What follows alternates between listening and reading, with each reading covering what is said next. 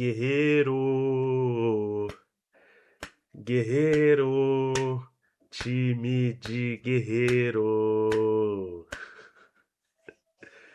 Ai, gente. Ai. Muito bom dia, muito boa tarde, muito boa noite. Está começando mais um episódio aqui no Clube da FM. Sejam todo mundo muito bem-vindo. Eu sou o Felipe, dono desse humilde canal que vos fala. Já peço de antemão para vocês seguirem aqui. Já sabem de sempre, sigam a gente nas redes sociais, se inscrevam no canal, compartilhem esse vídeo para todo mundo. Mais um vídeo de Copa do Mundo, né? As nossas outras redes sociais estão na descrição. Começando com esse vídeo, né? Esse vídeo vai ser dividido em 4 partes, porque pelo menos os jogos de segunda começam, acho que às 3 da tarde, se eu não me engano. Então acho que vai dar um tempinho. Hoje vai ser o dia todo, né? Então esse vídeo não vai ser só o da Alemanha contra o Curaçao, vai ter o jogo também do Japão e Coreia, Japão e Holanda, vai ter o jogo da Costa do Marfim e também da seleção do Equador e também por último, né, o último jogo que é Tunísia, qual que era? Tunísia e Suécia. Você ia falar Tunísia e Turquia. Tunísia e Suécia também. Então, esse vídeo provavelmente vai sair amanhã. Então, eu tô gravando no domingo. Todo pós-jogo que acontece eu já gravo. Então, sempre vai ter uma impressão diferente. Não vai ser tudo de uma vez, porque senão eu posso acabar esquecendo uma coisinha ou outra. Eu tento acompanhar todos os jogos aqui e trazer sempre no pós-jogo para vocês. Sempre uma impressãozinha, uma coisinha ou outra para trazer aqui para vocês. Inclusive, é complicado, né? Ontem teve a transmissão da RWE que eu participei, né? Falei um pouco mais sobre as partidas que estavam acontecendo, mas trazer minhas impressões mais rápidas aqui, mais gerais. Eu sei que esse não é a melhor análise que você vai ver sobre a tática de Alemanha e Curaçao, né? Inclusive, se você quiser saber um pouco mais de tática, tá passando aí no card, não sei onde tá necessariamente, acho que, se não me engano, eu tô virado pra cá, né? Então provavelmente vai ser pra cá, né? Tem a tática que eu fiz em conjunto com o canal da RWE, sobre Curaçao, né? Como Curaçao poderia jogar. Infelizmente não deu certo. Infelizmente não teve como. A Alemanha veio 7-1, o que é triste para nós brasileiros, porque é uma péssima lembrança, né? O último 7-1 que a gente lembra em Copas, pelo menos na minha lembrança, foi um 7-1. E foi justamente da Alemanha, então. Não é muito legal, acho. 12 anos depois a gente repete essa mesma dose, então não é muito legal, mas a gente vê muito essa Alemanha, né, do Nagelsmann. É uma Alemanha que foi escalada com Neuer, o Kimmich, Tah, Schlotterbeck e Brown, Pavlovic e Nemetcha, Witz, Musiala, Sané e o Havertz, colocando alguns jogadores reservas, né? Até porque a preocupação desse jogo, né, esse jogo em si não era um jogo de um grau tão elevado, né, como a gente coloca de fato esse grupo da Alemanha, né? Porque é um grupo muito perigoso. É, é claro que o Dick Avocado tinha comentado isso no pré-jogo, se não me engano, acho que foi ontem ou anteontem, do dia que eu tô gravando no domingo, né? Se não me engano, foi na sexta ou no sábado. É, falando que o Curaçao veio pra irritar, veio pra pressionar, veio pra encher o saco. Assim como passou essa moto agora, esse Curaçao veio pra encher o saco. De certa forma, até fez um bom primeiro tempo contra a Alemanha, né? Um Curaçao que não consegue jogar muito nesse sistema defensivo. Teve seus amistosos, por exemplo, contra a Escócia e contra a Aruba, amistosos aonde contra a Escócia até tentou jogar no modelo defensivo, teve que abdicar um pouco das suas funções defensivas, né? E a troca de jogadores acabou fazendo com que a Escócia pudesse fazer um massacre, um 4-1. Mas contra a Aruba, venceu de 4-0, mas a Aruba é uma seleção muito fraca, caribenha também, né? Então, é, é, obviamente é discrepante, né? No próprio vídeo de análise, se você lembrar, eu falei, né, que Curaçao eu acho que tem a pior configuração de embates nessa Copa do Mundo, né? Porque pega uma seleção muito técnica e física, como é a Alemanha, pega uma seleção defensivamente muito exemplar, como é o Equador, e pega também uma seleção muito rápida e muito veloz. Os principais pontos de fragilidade, né, de Curaçao, obviamente a Alemanha por ser Alemanha, Curaçao enfrentar a Costa do Marfim pela sua velocidade dos seus pontas também é uma preocupação. Pega também, por exemplo, a própria Equador, que é um líder defensivo e de bolas aéreas, e Curaçao é horroroso, inclusive alguns dos gols tomados, inclusive pelo Schlotterbeck, foi por bola aérea. Claro, o Curaçao veio a campo com o Rum, o Floranos, o Bazoer, que tomou a vaga do Sarri, o Obispo e o Fonville. Fonville, que também é um zagueiro, mas pode jogar também pela lateral esquerda. O Comenense, os Leandro Bacuna e o Juninho Bacuna. O Chong, o Locadia e o Hansen na frente, né? Uma Alemanha que no começo, obviamente, iria pressionar, que iria colocar suas linhas. É um time do Nagelsmann que joga muito pra frente, né? Então você vê, por exemplo, nessa... É difícil falar no momento defensivo, mas vamos falar sempre no momento ofensivo, porque a Alemanha dominou a partida inteira, né? Defensivamente, a Alemanha sempre bota dois blocos de linha, né? Coloca tanto primeira linha com o Braun, o Schlotterbeck, o Thay e o Kimmich, mas também coloca uma segunda linha de complementação para tentar pegar esse rebote e partir para o contra-ataque, né? Tanto o Wirtz e o Sané, eles descem mais as linhas para acompanhar o Pavlovic e o Nimecha, para poder sair no contra-ataque junto com o Musiala, que está um pouco mais à frente, para ser esse jogador que espeta essa bola lá na frente pro Havertz, ou o Havertz espeta pro Musiala. Então são jogadores que conseguem fazer essa inversão muito bem. É claro que não precisou muitas das vezes, né? Tudo bem que a Alemanha, em certo período da partida, até ficou meio preocupado, né? Porque por mais que tenha aberto o placar aos 6 minutos, tomou um gol aos 21 do Comenense, um gol histórico para Curaçao. É claro que para Curaçao só o fato de participar da Copa do Mundo já é uma coisa muito grande, já é histórico, enorme. Fazer um gol na Copa do Mundo, ser mais uma seleção caribenha fazer um gol na Copa do Mundo é sensacional, é gigantesco. Mas não teve como, né? Não teve como. E por mais que tenha levado o segundo gol do Schlotterbeck e depois o terceiro gol, né? O terceiro gol sai de pênalti, um pênalti obviamente muito justo. Foi um Curaçao que no primeiro tempo conseguiu segurar a expectativa ao máximo possível, né? Foi bom enquanto durou, né? Esses minutos de empate. Mas foi uma Alemanha que se mostrou até meio confusa, de certa forma, né? Uma Alemanha que no primeiro tempo, por mais que tenha feito 3-1, um jogo muito confuso, né? Eu acho que eles ficaram meio espantados pelo fato de ter tomado o gol de Curaçao, o que pode provar um ponto nessa defesa da Alemanha, principalmente nessas bolas de rebote, né? Porque é um time que, quando é pego no contra-ataque, a gente viu isso no gol de Curaçao, acaba tendo muita exposição por conta dessa ofensividade. E é uma coisa que o Di Cavalcante não deixa de abdicar e não abdicou durante a partida, né? Você vê, por exemplo, como o Curaçao vai cruzar o seu tiro de meta, ele cruza sempre com as linhas lá perto do meio-campo, não importando. Isso é uma coisa que hoje em dia é muito difícil, é muito raro, né? A gente vê muito essa saída de bola no pé do goleiro, não no chutão, né? As linhas estão muito próximas. O Di Cavalcante, inclusive, que é o técnico mais velho a comandar uma seleção em Copas do Mundo, com 78 anos, meus parabéns a ele, não abdica disso, né? Essa é a terceira Copa do Mundo, né? Então, ele não abdicou disso. O problema é que no segundo tempo foi um amasso, né? No segundo tempo, inclusive, eu tô até com as. Quando eu olho um pouco para baixo é porque eu estou olhando as estatísticas, né? Foram 10 chutes, 6 no alvo, né? Da Alemanha, contra 4 chutes muito jogados de qualquer forma de Curaçao. O Curaçao até tentou mudar um pouco a sua tática, né? Eu acho que eu posso destacar não só o Comenense pelo gol, mas, cara, o trabalho sem bola que o Juninho Bacuna teve que fazer pra cima, por exemplo, do Sané é honrável. O Sané, que pra mim foi o pior jogador da partida, tá? Eu sei que é muito fácil falar, foi o jogador de Curaçao, tá, Felipe? Toma 7, pelo amor de Deus. Mas, velho, pela expectativa, o Sané poderia ter feito um gol. O Sané, até a convocação dele foi muito questionável, né? É meio louco você pensar, nossa, o Sané é uma convocação questionável. É, uma convocação bem questionável e jogou muito questionavelmente mal, né, contra a Curaçao. Tudo bem que essa Copa do Mundo eu acho um ponto muito interessante aqui, que ela prova, de certo ponto, é foda falar isso quando você toma 7, né? Mas ela provou, por exemplo, com o Catar, provou com a Austrália, que você abdicar da sua forma, na verdade, você não abdicar da sua forma de jogar, vou corrigir a frase, não abdicar da forma de jogar é um benefício para o seu futebol. Porque se, por exemplo, se a Austrália abdica da maneira como joga contra a Turquia, por mais que a Turquia não tenha físico, ela conseguiria fazer gols. E ela, porque abriria muito mais o seu espaço, a sua defesa, e a Austrália estaria extremamente exposta. Uma coisa que a Austrália não abdicou.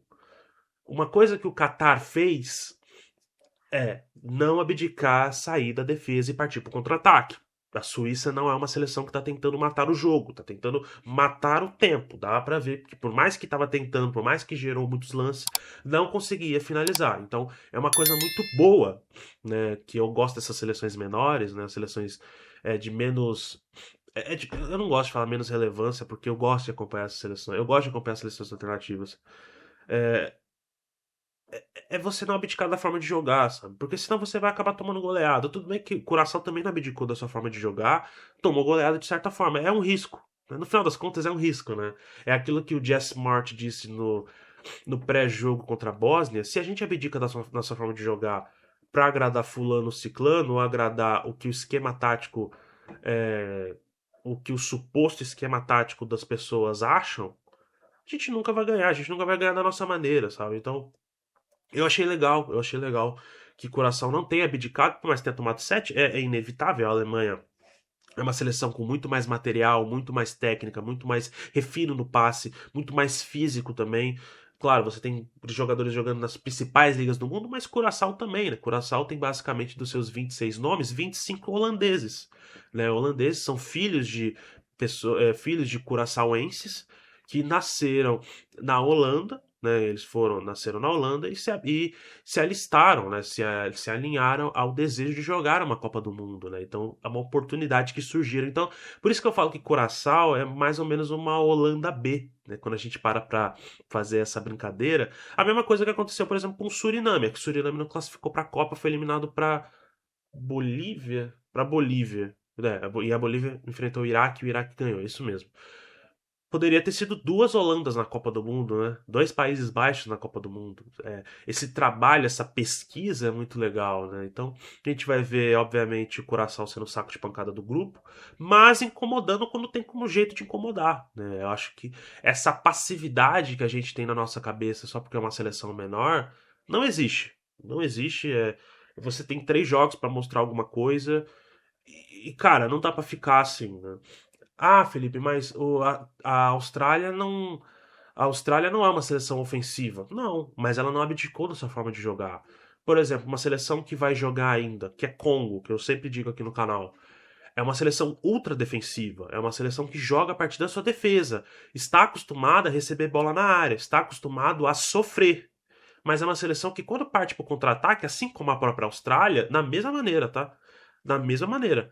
Quando parte para o contra-ataque, ela é fatal. Ela costuma fazer gols. Né? Então, é uma seleção muito interessante para a gente acompanhar nessa Copa do Mundo. As seleções não podem abdicar da sua forma de jogar. Eu acho muito legal isso. E principalmente, né? Eu quase tirei o vídeo aqui, mas principalmente o craque da partida pra mim, né, obviamente, não só pelos gols, mas também por tudo que foi gerado por ele, né, pra mim foi o Nimecha e o Schlotterbeck. Eu vou deixar o voto pros dois, tá? Acho que não só o Schlotterbeck foi muito bem na defesa, tudo bem que teve o golzinho ali, não foi necessariamente culpa dele, né, mas poderia, obviamente, todo mundo ter sido melhor, isso não é uma crítica, porque falar que todo mundo poderia ir melhor, obviamente todo mundo poderia ir melhor, mas ele foi muito bem nos quesito ofensivo, né? A Alemanha é uma seleção muito intensa que joga principalmente com essas linhas muito altas, incomodando. É esse estilo que é adotado, né, dessa geração que gosta mais dessa ofensividade. Tem cartas para isso, né? Tem jogadores para isso, né? No segundo tempo entrou provavelmente um Davi, entrou também o Goretzka, que, né, é reserva com muita razão na seleção, mas eu gosto muito, cara, eu gosto muito do Nimecha, cara. O Nimecha é aquele meia de pernas grandes, passada larga, que você vê no campo, é aquele cara grandão, mas que ele não é lento, ele é muito rápido, ele é muito ágil também com o passe. Eu gosto muito dele, cara. O Nimecha é excelente jogador e pra mim é o voto junto com o Schlotterbeck. E bom, gente, principalmente agora falando desse jogo de Holanda 2 barra Países Baixos, né? E Japão 2, acho que foi o melhor jogo coletivo nessa Copa do Mundo, né? A gente pode dizer aqui com uma certa tranquilidade, né? As duas equipes jogando de forma muito intensa, de forma muito aberta, conseguindo explorar muito bem os seus lances de ofensividade, seja no requisito da Holanda, né? Um time que controla muito a bola, um time que consegue controlar muito esses entrelinhas para procurar esses espaços colocados nos lançamentos, né, seja por Somerville, seja por Gakpo, seja também pro próprio Malen que estava na frente, né? Mas um time muito vertical e com muitas peças, onde a gente olha, por exemplo, para a escalação titular, né? Vem com o Verbruggen, o Dumfries, Van Heck, Van Dijk, o Van de Ven. O Dumfries que pode fazer, faz essa lateral direita, mas também ataca muito por esse corredor, né? Junto com o Summerville, Gravenberch, De Jong e Heinz. Então um meio campo muito mais técnico, um meio campo que consegue muito mais concentrar essa bola para poder fazer passes melhores, passes mais decisivos, né? A gente via, por exemplo, um primeiro tempo onde a Holanda controlava muitas ações de jogo, era um pouco melhor, mas ao mesmo tempo duas seleções que se estudavam muito durante esse primeiro tempo. E obviamente o Summerville, Gakpo e o Malen, né? Jogadores de um pouco mais de intensidade por esse ataque da Holanda, mas que acabavam pecando muito nessa bola final, né? Não conseguiam gerar tantos lances de perigo como se imaginava.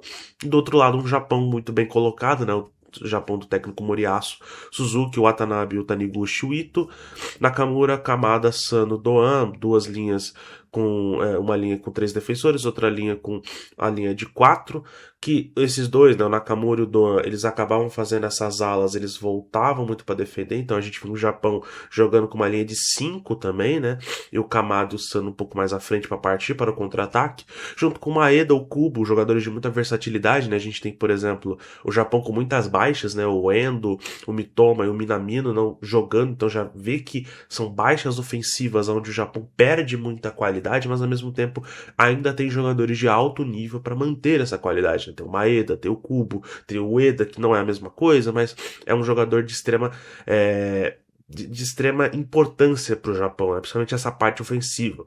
É um pivô um pouco mais alto em comparação à época dos pivôs japoneses que eram um pouco mais baixos, né? O Japão melhorou muito de 98 para cá, né? Isso é uma coisa que a gente pode declarar facilmente. Falando desse primeiro tempo, né? Um primeiro tempo de muito estudo, um primeiro tempo onde, por exemplo, a Holanda jogava muito nesse bloco de ataque, mas controlando muito, uma seleção, duas seleções que gostam muito de controlar a bola, duas seleções que utilizam muitos passes, né? Até porque o Japão ele é super dominante dentro do cenário asiático, contra uma Holanda que também tem essa característica de controlar, ficar com a bola, poder partir para o ataque em momentos exatos, né? É claro que ainda tem muitas outras peças, como por exemplo a bola aérea, não à toa, não no primeiro tempo, né, mas já falando do segundo tempo, o gol sai, né, com o cruzamento do Gravenberch para o Van Dijk, um recruzamento, né, porque o primeiro cruzamento foi do Reinders, a bola foi para o Van Dijk, só que esse cruzamento, você vê uma linha do Japão muito bem postada, né, só que quando essa bola acaba espirrando e sobrando no rebote pro Gravenberch, a linha do Japão já tá toda desconectada, fazendo a possibilidade do Van Dijk fazer o gol. E foi um bonito gol, não teve, para mim não teve nenhum toque no Kamada ali, enfim. O segundo gol da partida sai com o Nakamura numa excelente jogada ali pela esquerda do Maeda. O Maeda acaba atraindo a marcação. O Maeda acaba atraindo a marcação, né? O Kubo fazendo toque pro Kubo, onde ele atrai mais três jogadores da Bélgica, encontrando o Nakamura fora da área para poder empatar o placar, e depois vem, logo quase na sequência, né, o Summerville, sendo uma dessas peças, essas armas muito importantes para a Holanda, né? Sendo esse jogador de mais. Como é que eu posso dizer? De mais jogador mais arisco, né? Um jogador um pouco mais que vai pro X1 sozinho. É um jogador que foi convocado recentemente para a Copa do Mundo, né? Fez o seu gol. E por fim, né, o Japão que conseguiu responder na mesma moeda, colocando outros jogadores com uma característica muito mais parecida contra a Holanda, né? Se a gente tá elogiando bastante a Holanda por essa ofensividade, a partir do minuto 70 a gente viu uma Holanda um pouco mais retraída, né? A gente viu uma Holanda que começou a colocar Koop Meiners, o Timber, o Ake, jogadores mais defensivos, né? Uma Holanda que poderia ter pressionado um pouquinho mais, né? Fica o elogio pela questão ofensiva, mas também fica também uma crítica, né? Um ponto de crítica, porque que a Holanda acabou se retraindo muito, né? Tentou concentrar muito esse jogo atrás, mas viu um Japão e o Japão que atacava muito, né? Então, é, enfim, né? Não tem como questionar. E o gol tem que ser questionado, né? E o gol sai, né? O gol do Ogawa, uma bola lançada para dentro da área. O Ogawa bate de cabeça, a bola sobra no Kamada. O Verbruggen vai muito mal, né? Ele vai muito atrasado no lance e o Van Dijk ele acaba sofrendo, né? O que ele conseguiu fazer no primeiro gol, ele acaba sofrendo no rebote. né? Então, um jogo muito interessante por parte da Holanda e do Japão, um jogo muito ofensivo, o melhor jogo coletivo da Copa por ambas seleções. Meu voto vai ser no Van Dijk como o melhor jogador da partida. Rapaz, que jogaço foi esse que a gente acabou de ver, cara. Meu Deus do céu. Costa do Marfim 1, Equador 0. Primeira vitória de uma seleção africana na Copa do Mundo de 2026. Eu acho que nem traduz diretamente o que foi esse jogo, porque 1-0 parece que foi um jogo muito pobre, né? Um jogo com poucas oportunidades. Cara, acho que foi um dos melhores partidas. Se a gente for ranquear, né? A gente já teve um excelente jogo entre Japão e Países Baixos, o Netherlands. Agora a gente tem uma excelente partida entre o Côte d'Ivoire, né, a Costa do Marfim. Eu não vou tentar falar em francês, eu sou um desastre. Falando já em português, imagina em francês. E o Equador, cara, duas seleções que são muito distintas da sua maneira primária de jogar, né? Principalmente a gente pensa um Equador bastante. O Equador do BKSS, né? Ele assume pós-Copa América de 24, né? Um Equador que consegue colocar muito bem as suas entrelinhas, consegue jogar muito bem na sua partida da sua defesa e também nas suas entrelinhas, né? Tem bons jogadores que evoluíram ao longo do ciclo, né? Para essa Copa do Mundo, né? Você tem o Caicedo, você tem o próprio Reboá, o Minda também jogando muito bem pelos lados de campo, mas o Caicedo é esse jogador que consegue destruir muito bem as armações que teve hoje, inclusive, contra a Costa do Marfim, né? Os jogados com o PP, com o Ali, o Fofanato, conseguiu anular esses jogadores, ao mesmo tempo conseguiu atacar essa linha de campo, né? Conseguiu ser mais uma que sobe muito bem as linhas e consegue mandar esses jogadores subirem as suas linhas, né? Você via uma linha com 4 defensores, né? O Hincapié, o Pátio, o Ordós e o Alan Franco, muitas vezes fazendo um lateral, mas também podendo voltar. Ele fazia esses corredores, essa passagem de corredores, né? Até porque o Equador tentava voltar e focar esse lance, principalmente pelo meio. Cara, impressionante como esse jogo foi intenso, cara. Não traduz nada. Essa partida não se traduz em 1-0, gente. E nem se traduz como vencedor. Eu acho que quem vence foi a gente que assistiu. Mais um jogaço na Copa do Mundo. Por sorte, o jogo seguido, mais um jogo seguido de um jogaço que não se traduz no placar.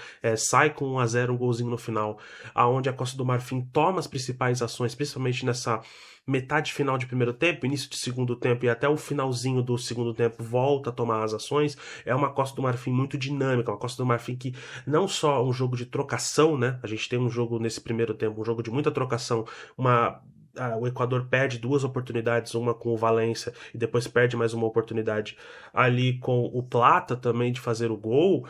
Cara, muitas chances criadas, né? O gol que o Valência perde aos 10 minutos é papo de maluco, é papo de você jogar todo o seu conhecimento futebolístico fora e falar, meu Deus, o que esse cara está fazendo? Mas é um jogo de muita intensidade das duas equipes, né? Uma Costa do Marfim que tem o Diomandé, que para mim foi o craque da partida, já adiantando aqui, conseguiram explorar muito bem esse lado onde ele estava, esse lado direito, né? Junto com o Ricapé e o Pátio, e conseguindo jogar como se o Ricapé e o Patti não fossem jogadores de Arsenal e PSG, sabe? O Diamandé, excelente jogador, excelente partida que esse cara fez.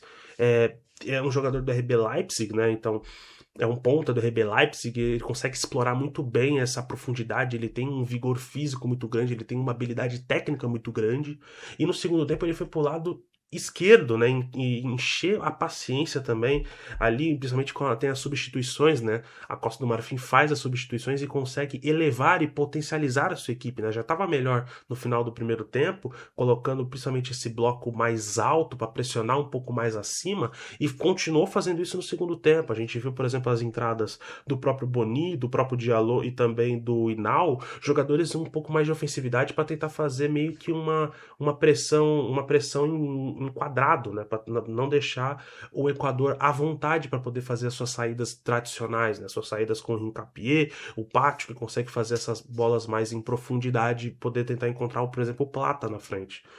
Um Equador que tenta voltar tentar pegar o ritmo colocando e anulando o Diomandé por esse lado esquerdo no segundo tempo, né? Tenta colocar, por exemplo, o Preciado e o Poroso para fechar esse lado esquerdo, mas ao mesmo tempo deixa um lado esquerdo um pouco mais pesado, né? Consegue anular, mas ao mesmo tempo você perde um lado esquerdo porque você tem que anular totalmente um jogador e você deixa um meio barra lado direito em aberto, um lado que poderia ser mais explorado, que não foi tanto explorado pela Costa do Marfim, porque o Equador retoma um pouco as ações do jogo, mas é uma Costa do Marfim que num contra-ataque, né? Porque aí a gente volta novamente para as formações, né? Entrou o Koscielny, entrou o Sangaré, e aí você tem o zagueirão Singo, que foi para a lateral, ele consegue fazer nessa jogada de contra-ataque muita pressão, principalmente bolas pelo alto do Equador, né? Numa jogada de contra-ataque, o Singo lança essa bola lança essa bola para o meio, né? O Pátio ficou numa indefinição de o que eu faço? Será que eu consigo fazer aqui? Será que eu não consigo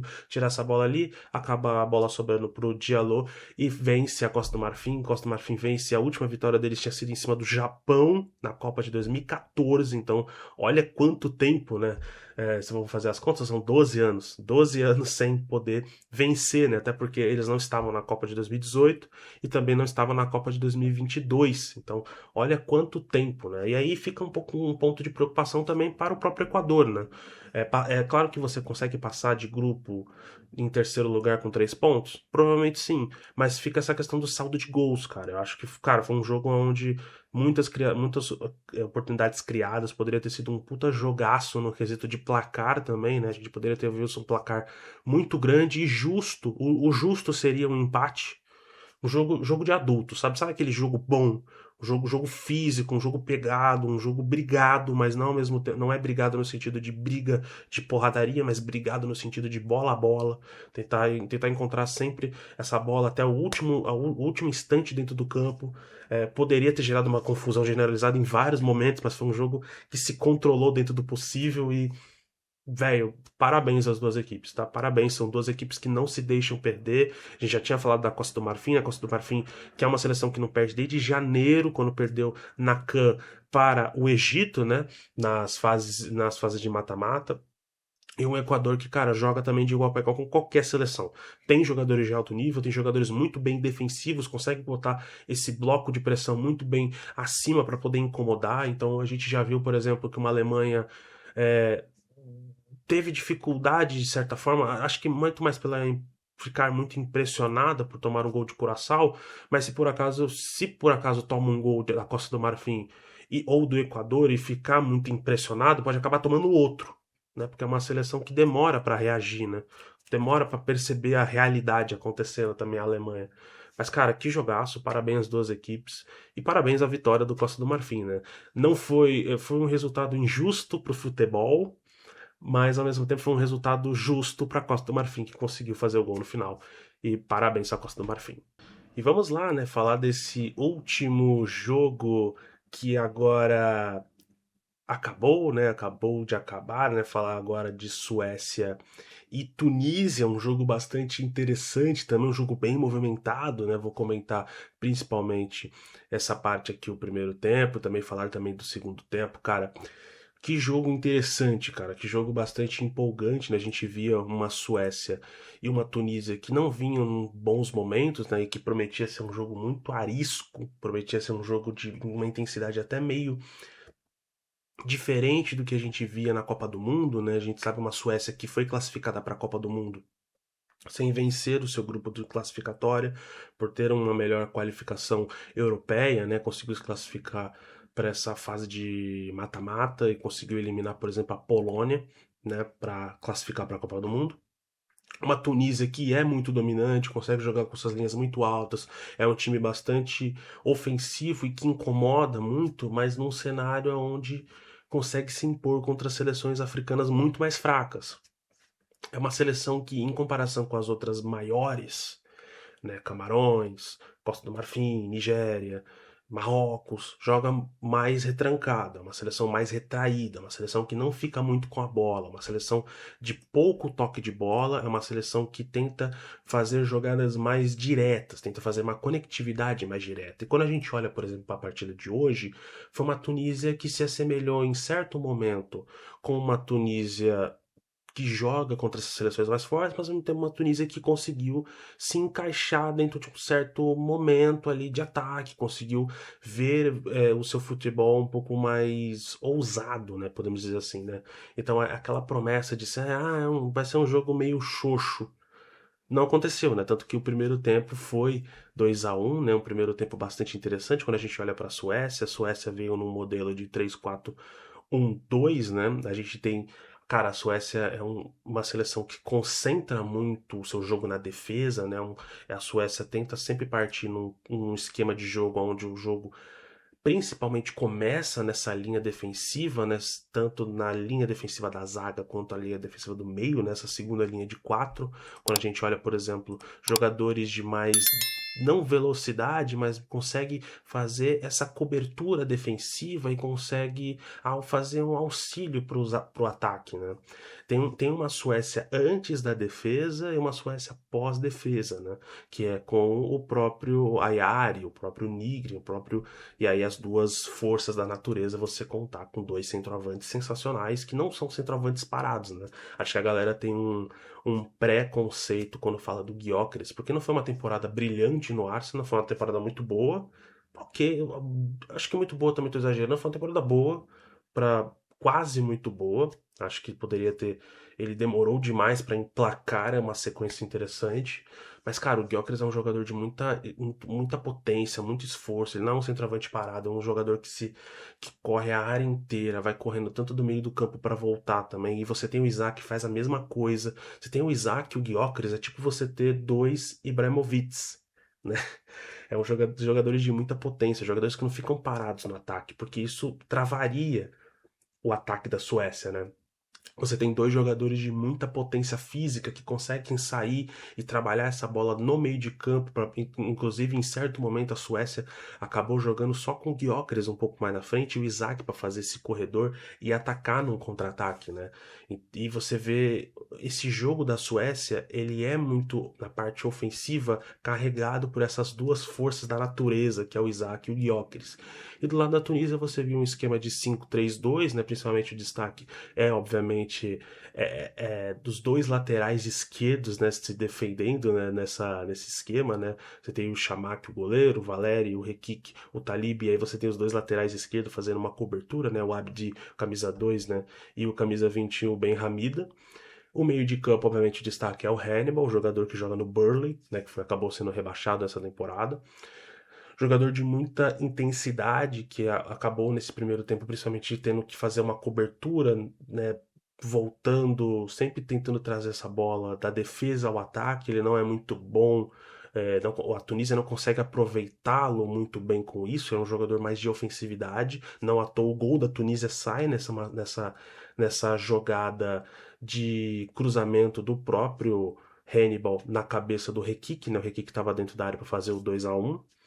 Mas um começo onde uma Tunísia se colocou e se propôs a jogar mais para frente, porque a Suécia também se propôs a jogar no seu modelo, né, mais defensivo, né?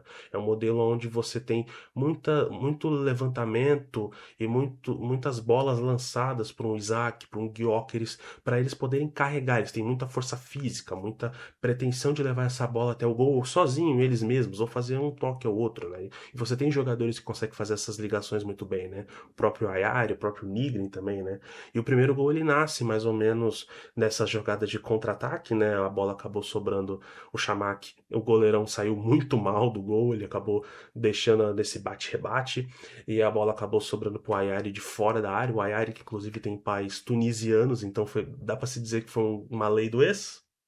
Não sei, né? Dá para se dizer assim, acaba abrindo o placar com um golaço de fora da área e o segundo gol nasce nesse contra-ataque, né? Uma Suécia que não tentava dominar a partida. É claro que quando a gente olha, por exemplo, para as estatísticas do primeiro tempo, é uma Suécia que teve um pouco mais de posse de bola, mas concentrou muito em tentar jogar a partir de sua defesa mesmo. Não foi uma Suécia que atacou o tempo todo, foi uma Suécia que atacou em momentos decisivos, em momentos chaves. Então você via, por exemplo, nessas bolas de contra-ataque, quando a Tunísia se postava muito mais à frente. A Tunísia estava muito confortável, obviamente atrás do placar, mas muito confortável para poder atacar nessas linhas. E o problema é que a Suécia também estava confortável para o contra-ataque.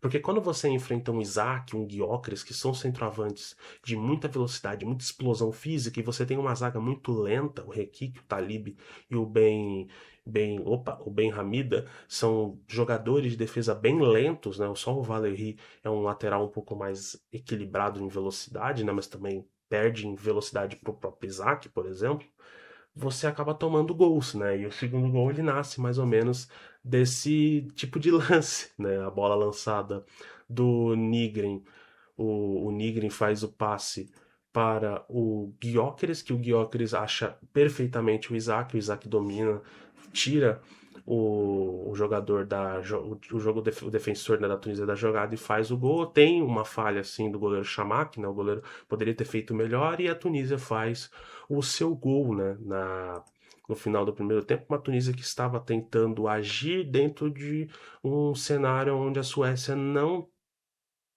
pensava, né? A Suécia não tem essa pretensão, essa Suécia do Graham Potter não prensa o seu adversário. Eles acabam se fixando muito bem na sua defesa para tentar sair nesse contra-ataque, né? Um contra-ataque até quase surpresa, de certa forma, podemos dizer assim, né? Tem duas forças físicas enormes, que é o Gyökeres e o Isaac, ajuda muito, ainda mais em boas fases como eles têm. E também tem, por exemplo, o Elanga no banco, né?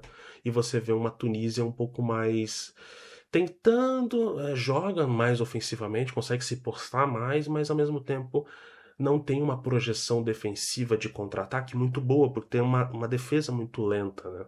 E na volta desse segundo tempo, cara, um atropelo enorme. É um segundo tempo muito dominante por parte da Suécia. É claro, esse placar, né, que acaba terminando 5-1 é muito construído também nesse segundo tempo, né? A gente tem um primeiro tempo com falhas, né? Falhas do goleiro, né, da equipe da seleção da Tunísia, né, que é o goleirão Chamakh. Ele, cara, falhou 4 dos 5 gols, né? Se a gente for parar para analisar, porque o terceiro gol da partida nasce principalmente de uma roubada de bola do Isaac em cima do meio-campista da Tunísia, né, o Shikri, né, numa saída de bola. A gente vê essa Suécia pressionando muito bem, né, uma Suécia que no primeiro tempo pressionava pouco, saía pouco, se concentrava muito no jogo na defesa, partiu mais para o ataque, né? É claro que nos primeiros minutos acabou sofrendo muita pressão da Tunísia, só que a Tunísia não conseguia administrar muito bem o que faria,